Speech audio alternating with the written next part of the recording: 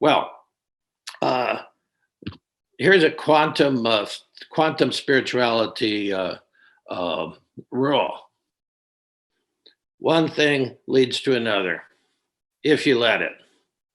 Let that sink in for a minute, because that's really one of the basic quantum theology or rules. One thing leads to another if you let it. Well, one thing led to another.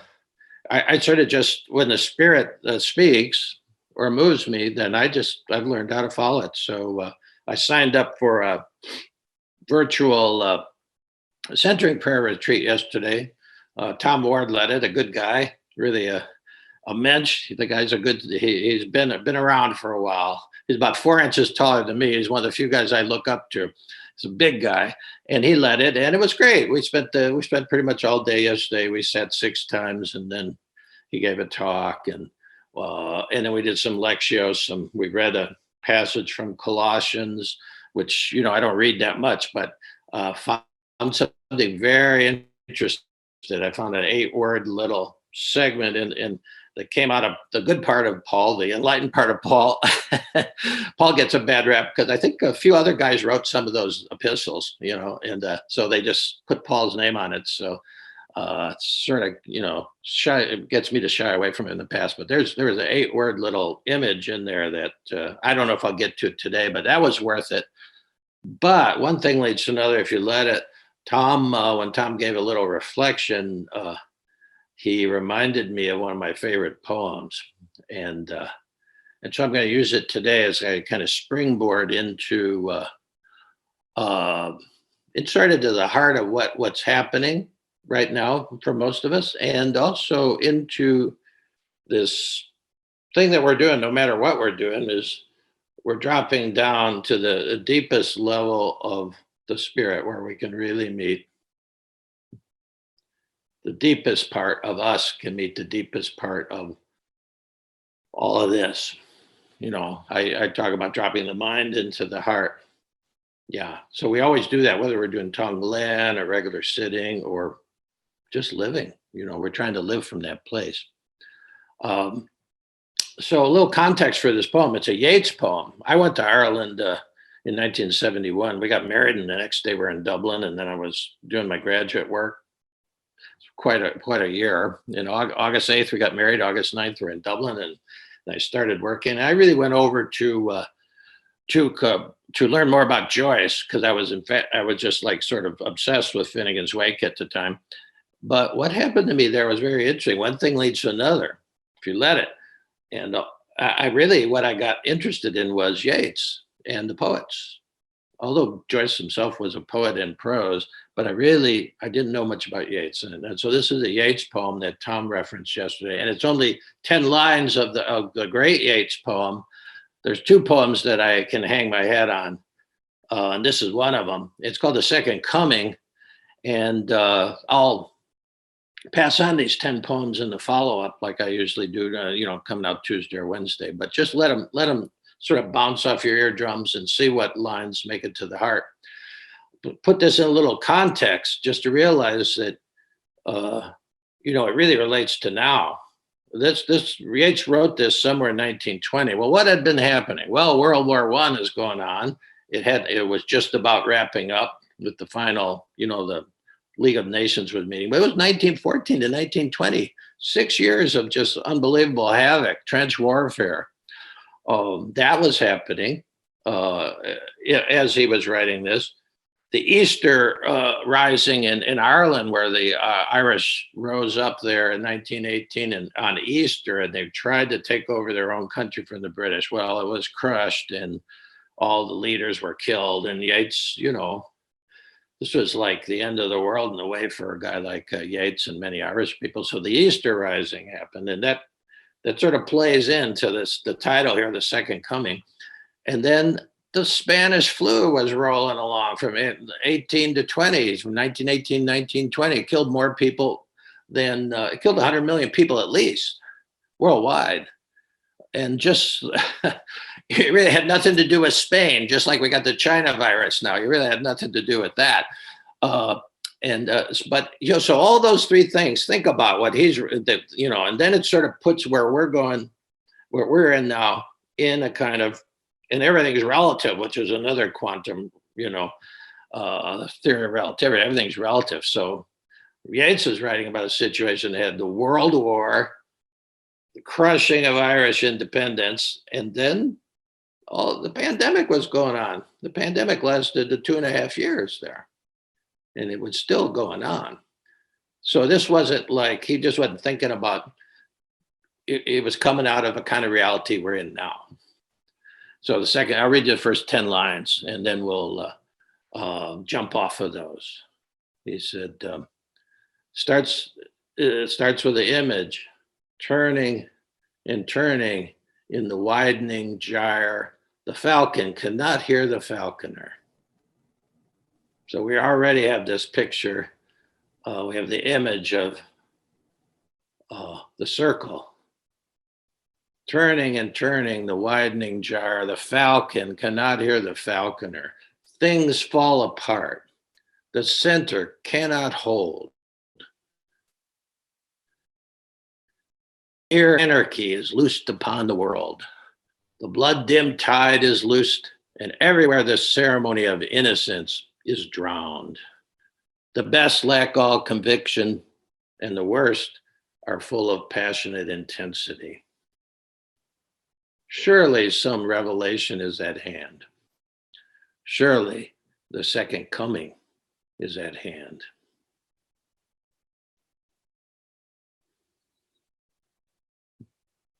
Turning and turning in the widening gyre, the falcon cannot hear the falconer. Things fall apart. The center cannot hold. Mere anarchy is loosed upon the world. The blood-dimmed tide is loosed, and everywhere the ceremony of innocence is drowned. The best lack all conviction, while the worst are full of passionate intensity. Surely some revelation is at hand. Surely the second coming is at hand. There's a bunch more to this poem, by the way. He was a Christian mystic, was not by any means in the mainstream. But the initial image, things fall apart, the center cannot hold. You can feel that now. You can feel that now. And want to work with that a little bit, because I'm trying to make it conscious of this stuff has happened before. What we're going through is not unique. Here's another quantum rule from, Einstein, Bohr, Heisenberg, all these quantum cats, in the early 20th century. By 1920, when he was writing this poem, Einstein was writing the theory of relativity, general relativity. Okay, so this is we're about 100 years into a new universe where they took Newton and added a bunch. I mean, they didn't throw Newton out. I mean, apples still fall from trees. Gravity is still there. Newton's actually, really good for navigating time and space, or for shooting projectiles. They use Newton to figure out how to, bomb people, et cetera. But it wasn't real good when you went into the quantum world, which was the ultra small world. And actually, Newtonian physics is not real good when you go into the huge world of astrophysics. It's pretty good for this world we live in most of the time and space. But so these guys were looking at something else, and it's why most of those physicists, Einstein, Bohr, Schrödinger, Heidegger, Heisenberg, those many guys that are working on this, all various working on a piece of it, they also end up sounding like mystics. See, Einstein definitely was mystic. You can read some of his stuff, and these guys sound like they're working on that deepest level, because when they were going into the minute that you couldn't even see, I mean, nobody's ever seen an atom. but they are working with instruments that can go very deep, and so are we. If you remember that initial, just quick sketch of consciousness, there's sort of brainstem consciousness, which we call, that helps us with the survival dance. There's left brain, strategic consciousness that helps us really navigate. You all showed up somewhere around 11. This is relatively real. It's helpful, not absolutely real. See, in the quantum universe.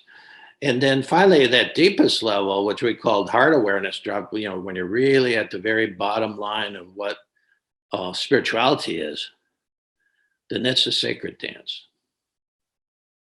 And that's where the center is, by the way. That's the center that does hold, because people made it through this. And, the center cannot hold. Well, the political center wasn't holding. The economic center wasn't holding. And those things come and go. Those centers that we put so much faith in. It doesn't mean this is a relatively really important election coming up for America, maybe for the world, but it's not absolutely. Because as we know, certain laws come and go. The legal center shifts.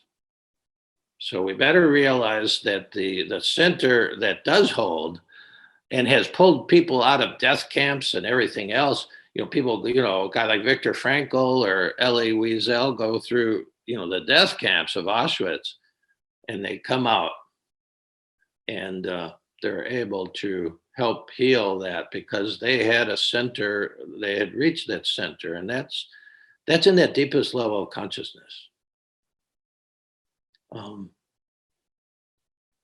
Spirituality really is the highest form of political consciousness.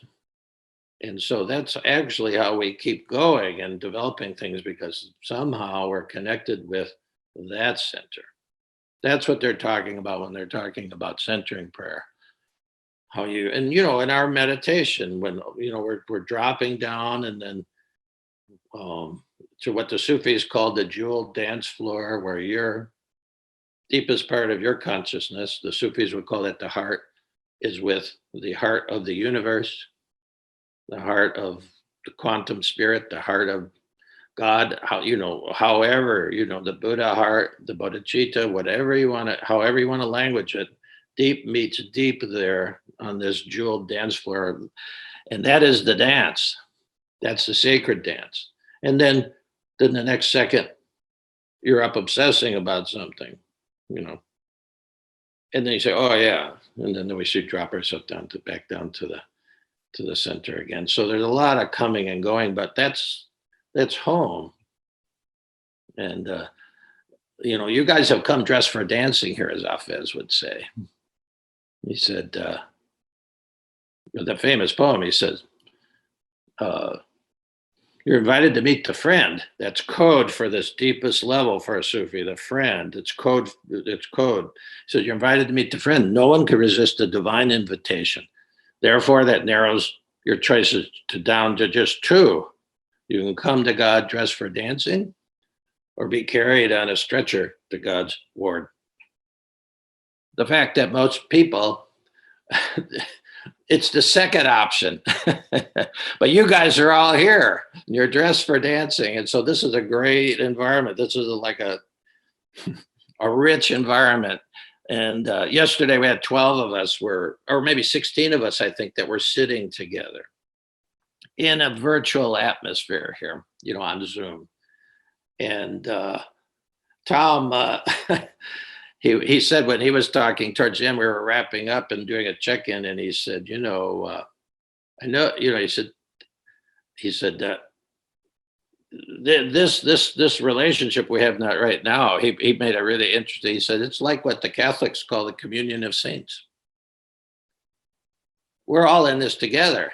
Now, maybe 44 of us here right now. We're going to all do the same experiment. And it really feels good.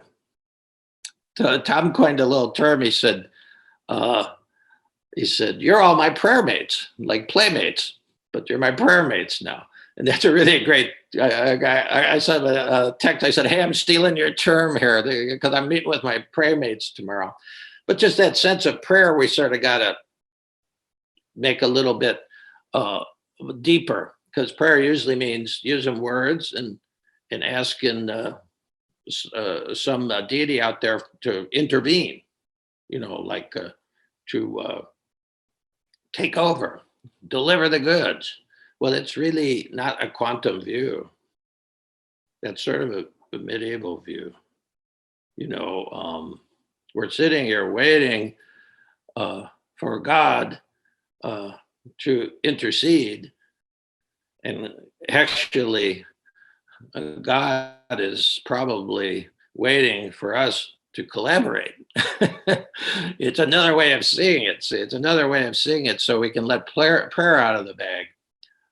People ask me what kind of meditation you do, and centering prayer is really the form that I use. It's a technology I use. It's so simple. You're just dropping it all, going to the center.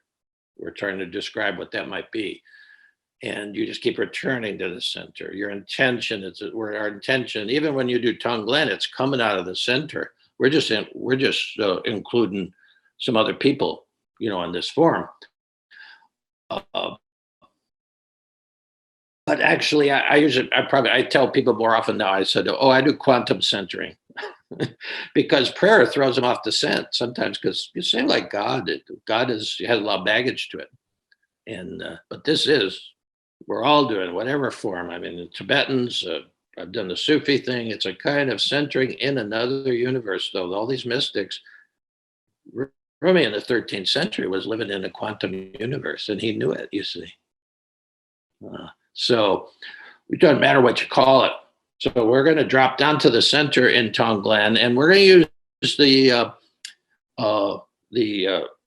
the compassion cut. It's about 4 minutes long. For the first 4 minutes, once we shift into meditation mode, we'll use the compassion cut, and you'll hear the Dalai Lama every once in a while chanting Om Mani Padme Hum, Om Mani Padme Hum, Om Mani Padme Hum. He's chanting the sounds that can take you down there into the realm, into the center, where from the center, wisdom and compassion can move out. And it would be in the heart, in the Buddhist quantum universe, just as it's in the heart for the Sufi or the Christian universe, the Native American universe, in most cases. In the Little Big Man, which Dustin Hoffman filmed it, and he has a grandfather. He gets adopted and raised by the Sioux, and when he comes back after he's been back in civilization, comes back with the tribe when they're under attack, and he realizes the grandfather is blind. And he says, "Grandfather, you're blind." And he says, "No, my son." I said, "My heart still sees, but the channel that connects my heart to the eyes has been cut." So it's in most of indigenous spirituality, this sense of the heart. See, so we'll use the chant to let us drop in the heart. And what I'd recommend this is just the invitation or the recommendation, during the time when we're listening to the chanting and the music, just be breathing in and out for yourself. This is how I do Tonglen for myself. You're just breathing in, the nasal breathing now. You just sort of pulling all the suffering out of each and every cell. And then with the out breath, you're sending back light, happiness, clarity, whatever your whole body needs at this time. So you're doing it for yourself. And I just do that during the 4 minutes, just let the sound be the sound. Let it actually be a vehicle to help you do this, to help you just. And so you're cleaning the trillions of cells, really, of whatever's bugging them. And then the music will stop, then we'll go into silence. And I'll just sort of nudge you along a little bit and give you some pointers, but really just take them as suggestions or invitations. You can stay doing Tonglen for your own self for the whole time. Maybe that's the best thing for you to do right now if you're really hurting. So feel free to dance with it, whatever. The music is the music, the words are the words, but the dance is your own. Okay, so feel just total permission to go your own way when we do that. Okay, so let's go into meditative mode now, and we'll have the three strikes of the gong. But you can start right now with the breathing, and then we'll have the Dalai Lama chanting compassion. Bon voyage.